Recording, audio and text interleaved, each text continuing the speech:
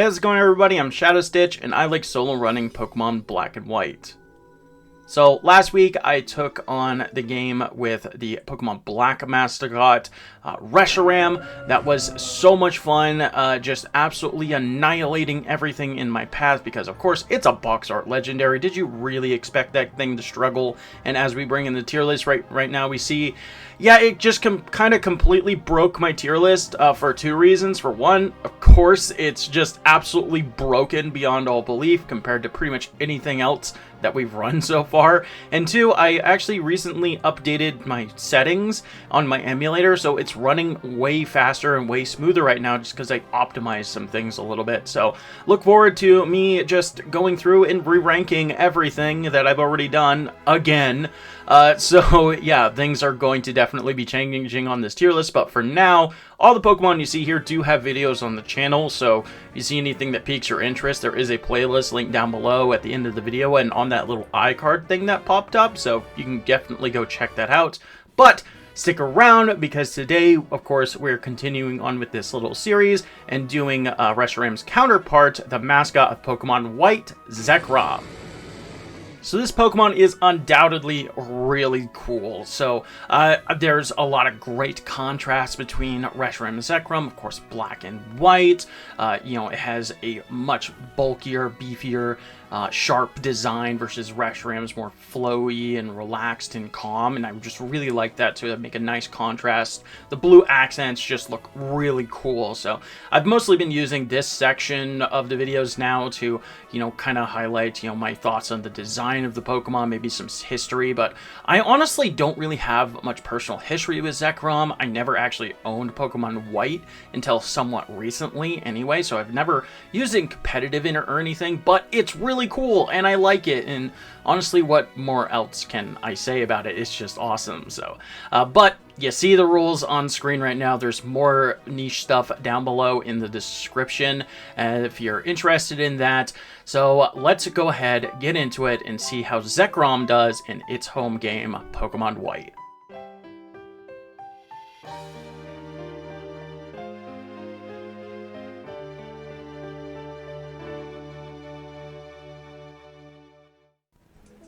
As we're starting up the run, let's go ahead and get into what we're working with here with Zekrom. So, of course, Reshiram was a primarily special attacker, so Zekrom is going to flip that script and be the physical counterpart. We have an insane 150 base physical attack, 120 in both defense and special attack, 100 special defense, and 100 HP. Not bad. And that same base 90 speed, which is, you know, plenty more than enough. Of course, Zekrom is also going to have that electric dragon typing. So electric types have not been performing too fantastic. Granted, I haven't used very many, only Electros and Zipstrika, and they both had their own kind of issues.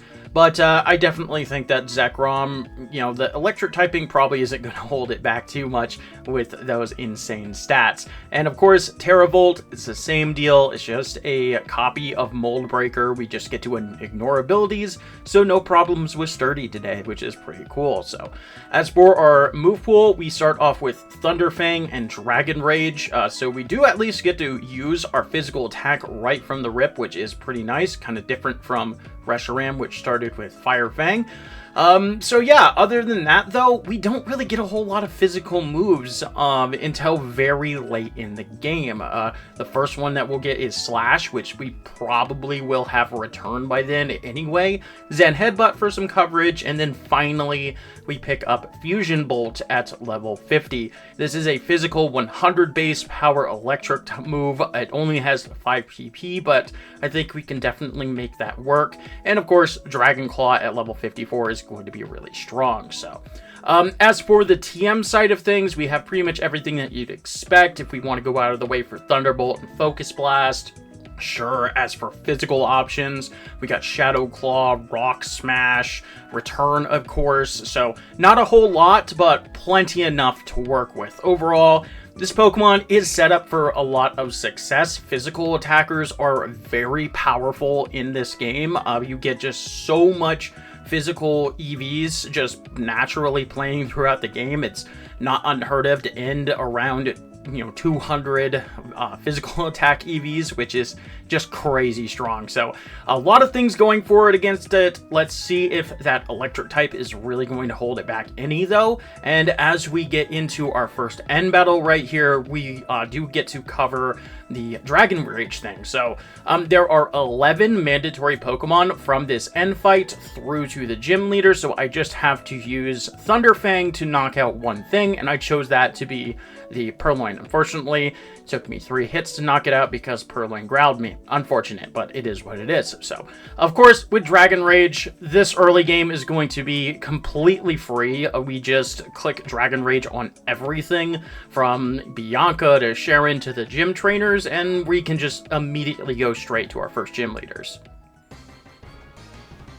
Silent, of course, is going to be absolutely no issue. We click 2 Dragon Rages and we win the fight. So I'm going to take this quick opportunity to touch on the nature that I'm going to be going with today. It's going to be the Naughty nature. This is going to boost my attack at the cost of lowering my special defense. So usually the best way to go is lowering your special defense unless you really need it for some reason. There isn't a ton of really powerful special attacks that you would have to take in the game, and you can usually get around that. So overall, though, Zekrom's not going to be a problem, and just because I forgot to mention it last week with Reshiram, I ran a pretty obvious modest nature on that one, boosting special attack at the cost of attack, because yeah, that was pretty obvious. So anyway, let's grab our Dusk Ball, head into the Dream Yard. No problems with the trainers there, and we clear out the Plasma dudes and head out towards Route 3.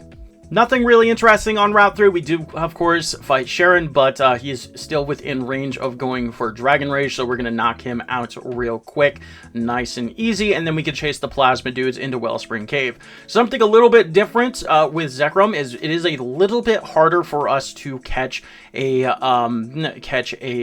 Rock and Rolla here because we can't really damage it. Thunderfang will probably just knock it out. Reshiram, it could just hit it with one Fire Fang and put it a little easier, but after that, we catch ourselves a Woobat for our fly, grab ourselves a glitched rare candy in the grass over on Route 3, and head into Nacreen City. Nothing really interesting in Nacreen. We're going to go straight into the Pinwheel Forest, grab the TM for Rock Smash, give us a little bit of coverage, and then head in and catch ourselves a Timpole so we can have a Person Berry as well as a Surf user. Then we just knock out the Nurse Trainer, so that's set up for a healing location, deposit our team, and then head straight to the gym.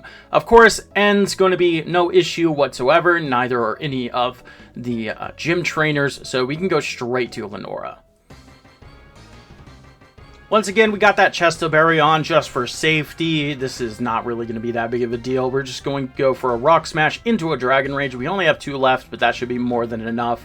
Rock Smash into Dragon Rage on the Watchog. That's going to drop that off as well, and we get up to level 18, grab our second gym badge, see the Plasma dude steal a skull for some reason, and head into Pinwheel Forest. Really nothing interesting in the Pinwheel Forest once again, but we are actually going to battle those bridge trainers so they're out of the way, because we will be coming back here for a rare candy in this run, unlike Reshiram. So nothing happens. We just cross that beautiful Skyra Bridge, head into Castelia City, and what do you know? Nothing interesting. We're going to go straight to the gym and face off with Berg.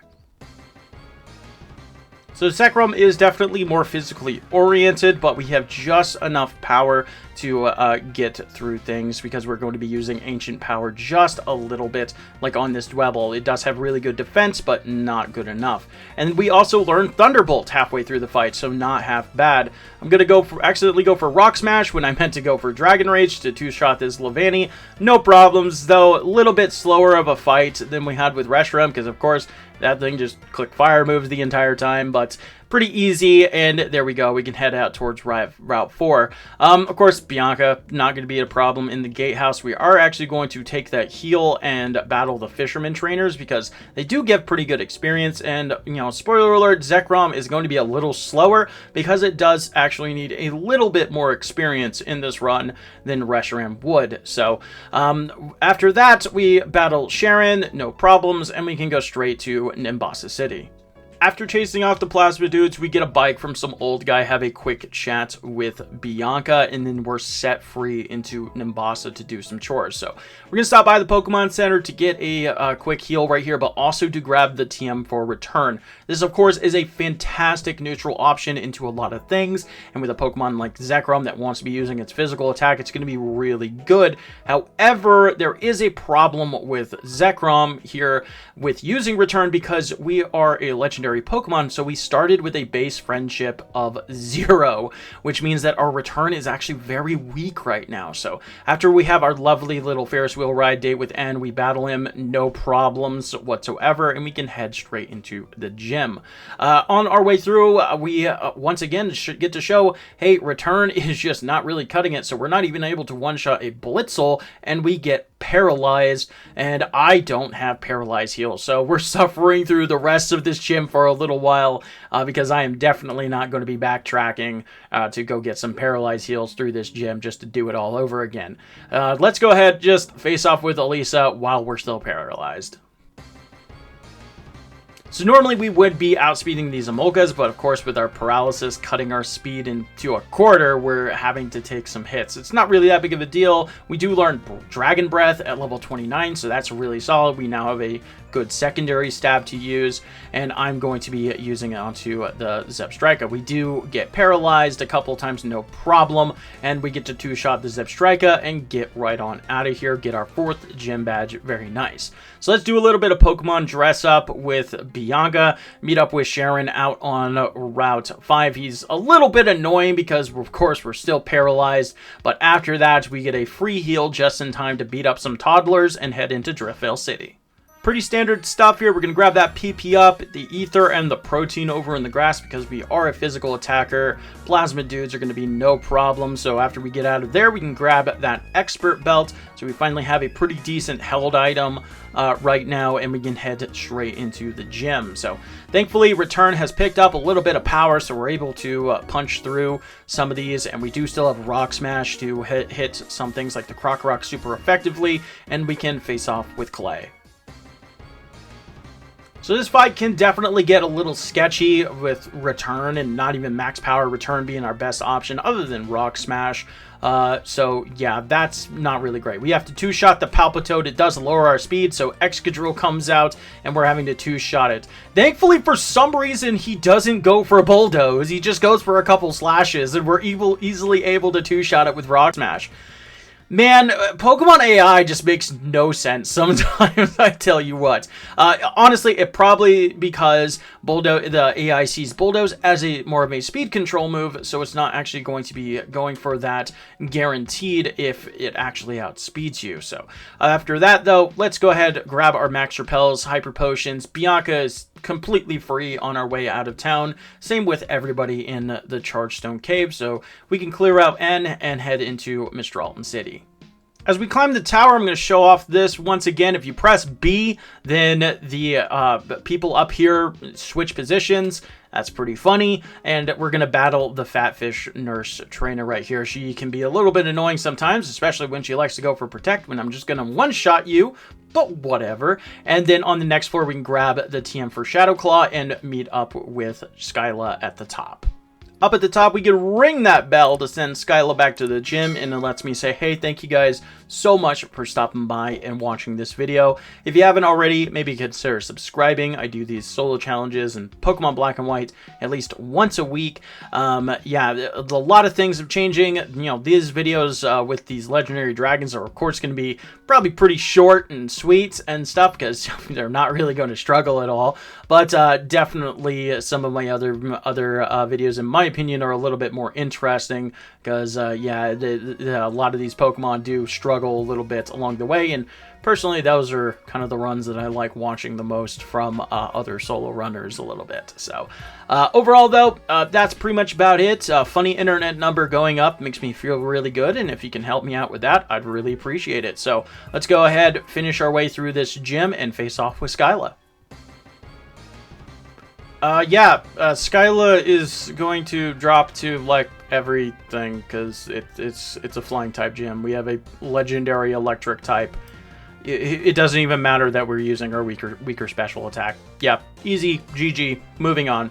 On our way out of town, though, we are going to make a quick pit stop back into Charstone Cave to grab the magnet that I forgot earlier on. And after healing up at the house, we can meet up with Cheren at the foot of Twist Mountain.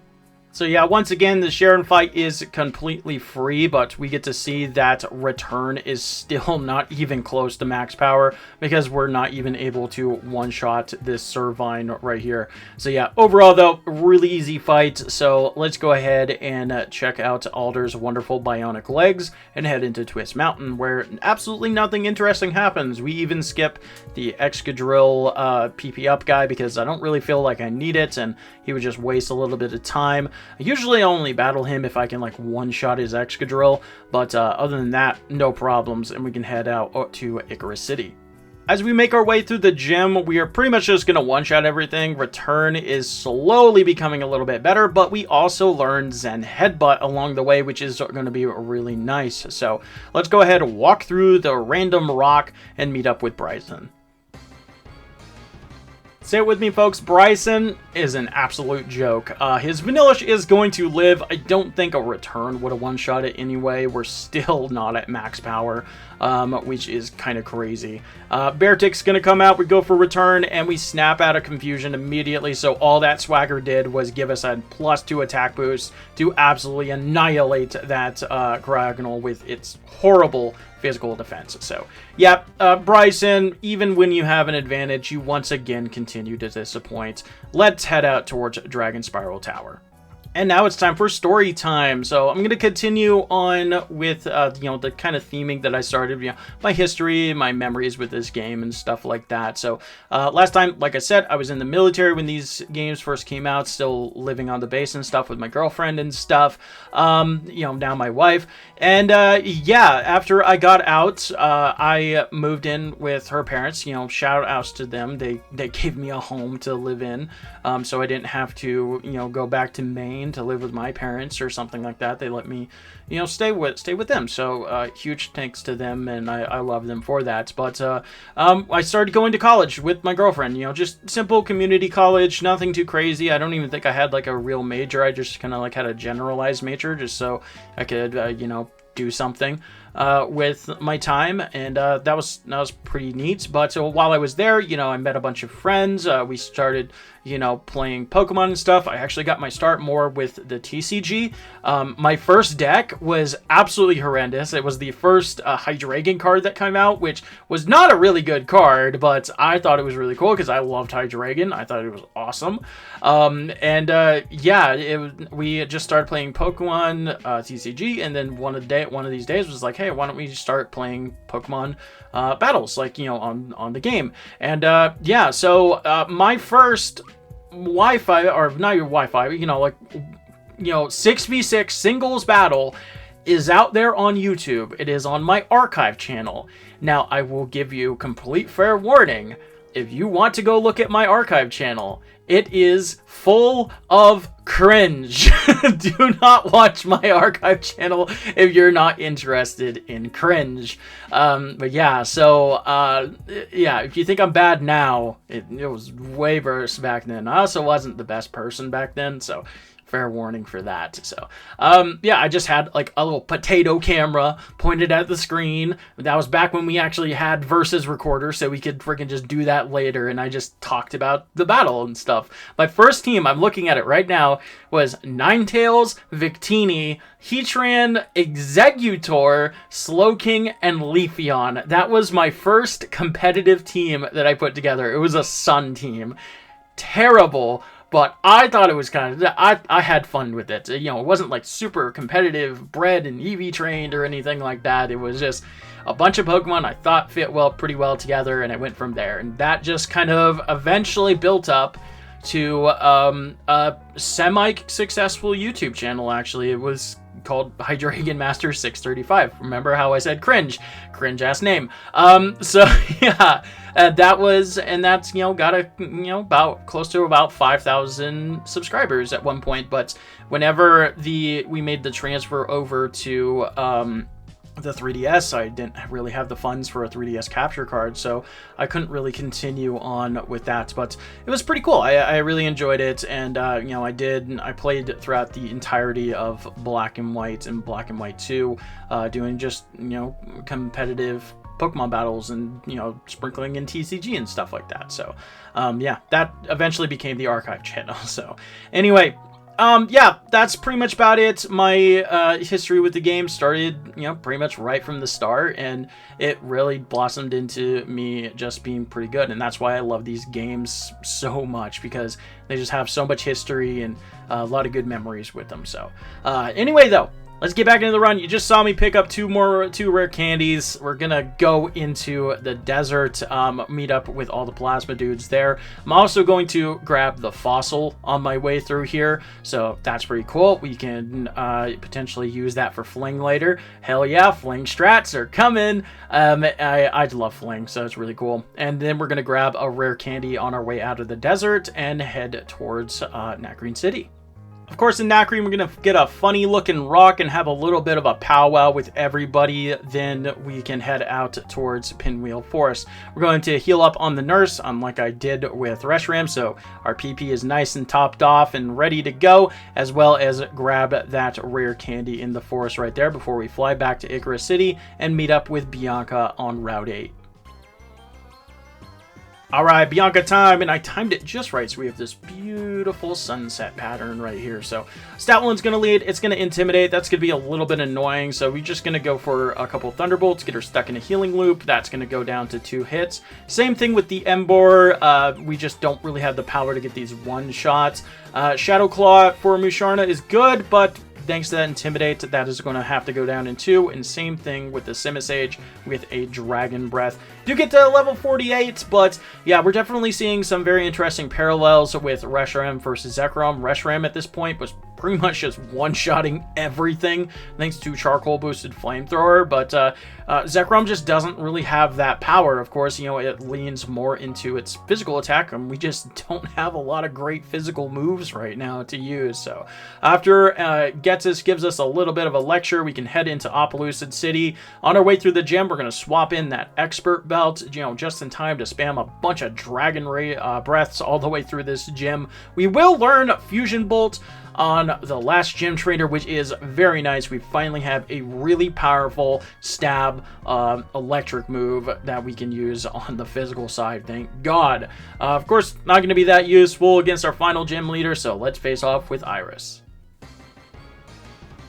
That's not going to stop Zekrom, though. Sure, we don't have a physical dragon-type move, but we do have Expert Belt Dragon Breath, and that should be enough to win this fight. You know, remember, we still have a very solid 120 base special attack, so even something as weak as Dragon Breath is going to be more than enough to get the win right here. So there we go, 8 gym badges down. Let's head out towards Route 10. On the Ace Trainer over here, after we beat him, we get to level 51, so I'm going to spend 3 rare candies just in time to get Dragon Claw for Cheren. And at long last, we finally have 2 really powerful stab physical moves, and we're going to show them off right now. 1 shot onto the Unpheasant, 1 shot onto the Superior. Live Part's going to come out. Of course, that's going to drop to a single hit, and I don't even bother switching over to Fusion Bolt because I know that Dragon Claw has this. Easy peasy, about freaking time we're actually able to one-shot everything, but hey, it's worth it. So thanks to those rare candies that I use, I don't actually need that many you know, battles here in Victory Road. We're just gonna grab the rare candy along the way. I do accidentally run into a couple optionals, and I'm gonna just waste my time healing up at the doctor right here. So we pop out at the League at level 56. Alright, Caitlin's up first, and she leads off with that Reuniclus. We are going to be going for Fusion Bolt. That's just going to drop Fusion Bolt onto the Sigilif as well. Musharna is going to come out. I probably should be using Shadow Claw right here on these bulkier guys, but we just, you know, knock it out on the following turn, so that's okay. Gothitelle comes out. That as well is going to live, but no problems, and that's going to drop on the following turn. So yeah, Shadow Claw was a little bit stronger, but it's okay. We just wasted a couple extra turns. Let's face off with Marshall now. So very similar to Reshiram, we got an Expert Belt boosted Psychic move. Of course, Zen Headbutt has a chance to miss, but we're not going to worry about that today. If you just believe it's going to always hit. We can power through the Sock Sturdy, no problems, and everything else is going to drop to that Expert Belt boosted Zen Headbutt. Moving on. Chantal's up next, and we get to see something that even I forget about sometimes. Fusion Bolt doesn't actually make contact. One of those rare physical moves that, you would think maybe would, but doesn't. So we do need Shadow Claw for Golurk, but it also is really helpful for not making contact on Chandelure and Jellicent, so we can avoid their Flame Body and Curse Body abilities. Not like it would have really mattered, because Jellicent was the end there, but, that's pretty cool. So pretty interesting. Not really something you think about. Only one member left. Let's face off with Grimsley. So with the Magnet now equipped, we have a 180 effective power stab physical move in Fusion Bolt. Not going to help against the Crocodile, though. We're going to have to two-shot that with a Dragon Claw, and thanks to that Intimidate, Bisharp actually lives as well. Just gets caught in a healing loop, no problems, and that's going to go down, get to level 59. Liepard comes out, wastes our time with a Fake Out, and then it lives the Dragon Claw? How? Like, even at -1, how did it do that? That is absolutely wild. So, anyway, we still win. Let's head downstairs and see how Alder is managing with N.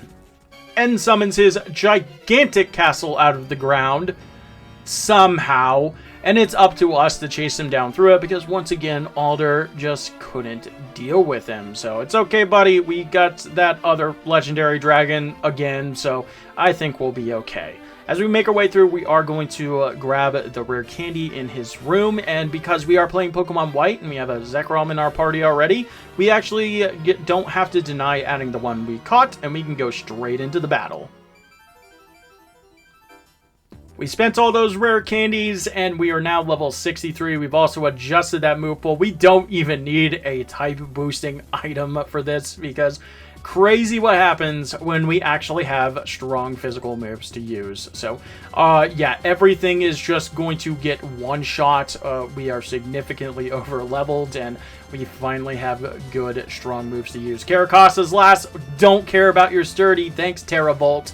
No problem. Get to level 64. For some reason, try to learn Imprison. Why does this Pokemon learn Imprison twice, by the way? Super weird. So, anyway, Getsus is going to throw his little tantrum, and it's up to us to take him down.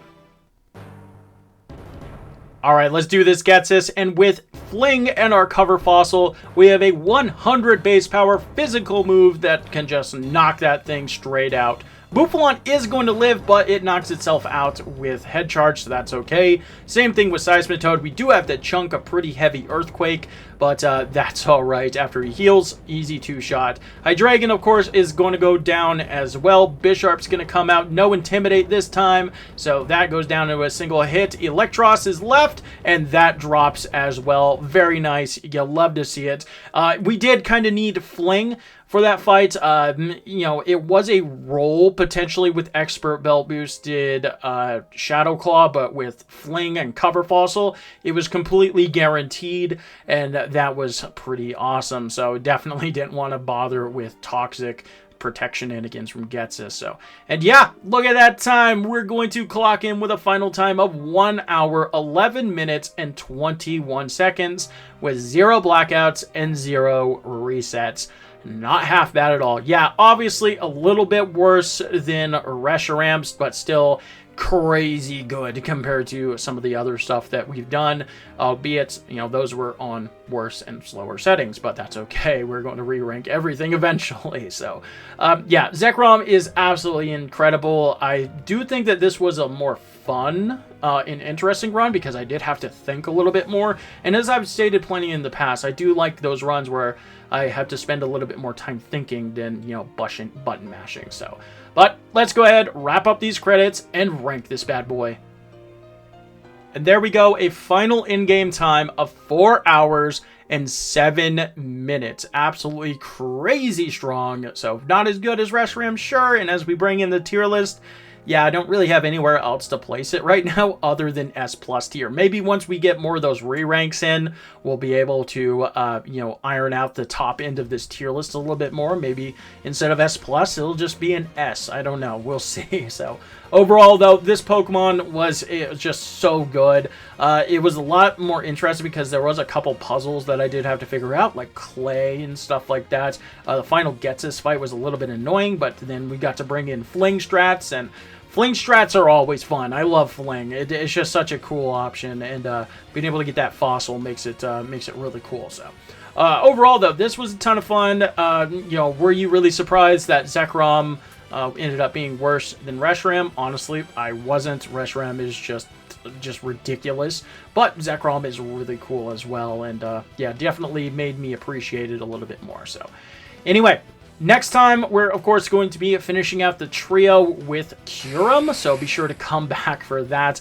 This little trio has just been, like I said, very nice. The videos are a lot shorter and snappier, easier to make and stuff like that, so I'm actually starting to get back ahead on my video making. Yes, awesome. So that's pretty cool. But yeah, be sure to come back next week for that one, and thank you guys so much for stopping by and watching. Like, comment, sub, all that fun stuff. I love you all. Deuces.